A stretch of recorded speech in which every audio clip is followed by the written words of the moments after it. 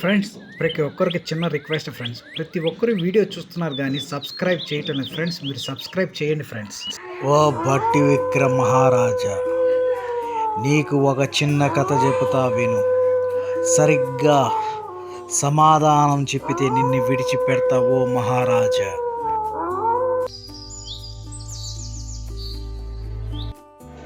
అవంతిపురం అనే ఒక గ్రామం. ఆ గ్రామంలో నిగమ శాస్త్రి అనే ఒక బ్రాహ్మణుడు ఉండేవాడు. అతనికి ఒక కూతురు, ఒక కొడుకు. కూతురు పేరు కౌసల్య. చాలా అందంగా, గుణవతి, విద్యావంతురాలు, ధైర్యశాలి కలిగిన అమ్మాయి. అదేవిధంగా తన కూతురు కౌసల్యని పెళ్లి చేయాలని అనుకుంటూ ఉంటాడు. అలాగే చుట్టుపక్కల ఉన్న చాలామంది మహర్షులు కుమారులకు వర్తమానం పంపిస్తాడు నిగమశాస్త్రి. అది విన్న కౌసల్య దానికి ఒప్పుకోదు. నానా, నువ్వు ఆలోచించి నిర్ణయం తీసుకున్నావా?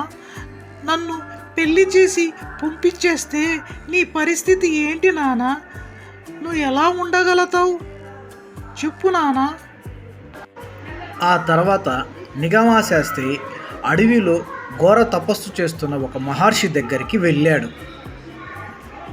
నమస్కారం స్వామి, నా పేరు నిగమ శాస్త్రి. ఈ పక్కనున్న చిన్న గ్రామంలో ఒక చిన్న ఆశ్రమం ఉంది స్వామి. ఆ ఆశ్రమంలో ఒక 10 మంది విద్యార్థులకు చదువు చెబుతూ ఉంటున్నాను స్వామి. నాకు ఒక అందమైన తెలివైన కూతురు ఉంది స్వామి. ఆ కూతురుకు ఒక మహర్షి శాపం పెట్టాడు స్వామి.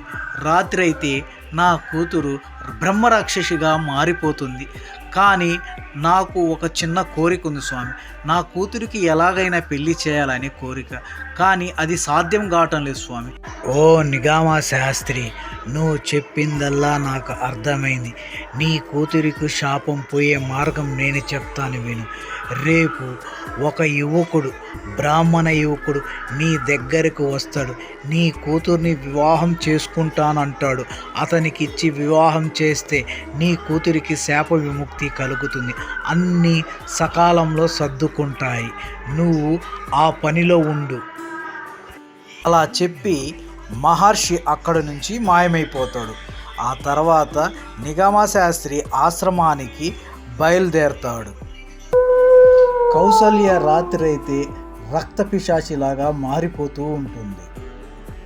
రోజు నిగమ శాస్త్రి ఆశ్రమంలో కూర్చొని ఉంటాడు. అతని దగ్గరికి ఒక మహర్షి వస్తాడు. ఓ నిగమ శాస్త్రి, నా పేరు చంద్రయ్య. నేను ఒక ఆశ్రమం మునిని. నేను నీ కూతురిని పెళ్లి చేసుకోవాలనే ఉద్దేశంతో నీ దగ్గరకు వచ్చాను. నీ కూతుర్ని నాకు ఇచ్చి వివాహం చెయ్యి, అంతా మంచే జరుగుతుంది.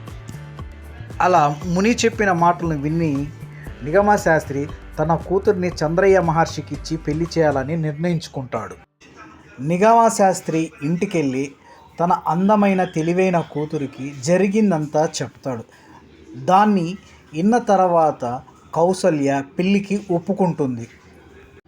అలా కౌసల్యకి చంద్రయ్య మహర్షికి ఇద్దరికి పెళ్లి జరిగిపోతుంది.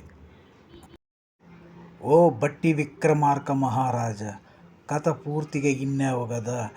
ఇప్పుడు వాళ్ళ వాయు వరుసలు ఏంటి? ఫ్రెండ్స్, ఈ వీడియో నచ్చితే తప్పకుండా సబ్స్క్రైబ్ చేయండి, లైక్ చేయండి, షేర్ చేయండి.